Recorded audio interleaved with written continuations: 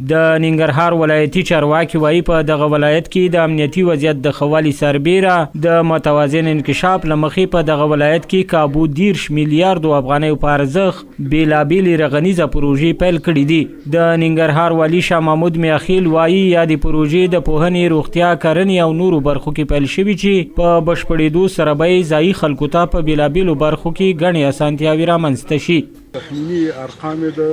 تقریبا د 10 میلیارډو د افغانیو پورې کیږي او دا زه فکر کوم چې پس د کانال د پروژې نه یعنې په ننګرهار کې دا لویه آبادي او رغون کارونه دي چې په ننګرهار کې یعنې روان دي او عملي کیږي چې دې کې 208 بابا مکتبونه دي دا هم شامل دي، کلینیکونه دي د هغو دپاره د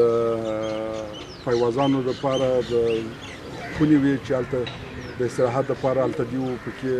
کینی. په همدې حال کې په ننګرهار کې د ولسي تړون له لورې د سکتوري رئیسانو د ولسي وګړو او مدني ټولنو له لورې د همغږۍ په غونډه کې سکتوري رئیسانو هم ولسونو ته په دغه ولایت کې د پیل شوو پروژو په تړاو معلومات ورکړل. نږدې 10 پروژې په دغه کال کې د 1998 کال کې چې هغه کې زموږ باغداري د ګرین هاوزونه دي، ترویجي خدمات دي او ځینې د ترویج ساختماني یونټونه دي، سربندونه دي، ویالې دي او دا تقریبا نږدې 180 میلیون افغانیو په ارزښت باندې دا پروژې زموږ روانې دي. د ترانسپورت وزارت اړوند 2222 میلیون افغانۍ بودیجه دلته د کار لاندې ده او په دې کال کې به بشپړېږي او عواید تقریبا د 100% زیات تقریبا لوړ شوي دي او دا د ننګرهار لپاره ښه زیری ده او د لوی عوامل دا دی چې د یوې خوا نه د ولایتي ادارې بالخصوص د امنیتي ارګانونو په یو قوي همغږي، حمایت او قاطعیت سره د خودسرو کښتو مخنیوی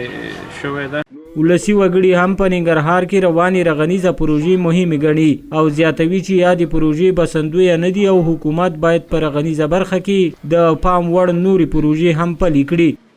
اوس الحمدلله په 80% کورونه دلته جوړ شوي دي او پروژې استنادي دیوالونه او سړکونه بعضې ځایونه ډېر جوړ شوي دي. د انکشاف اتحاد نه مننه کوو، د معارف ته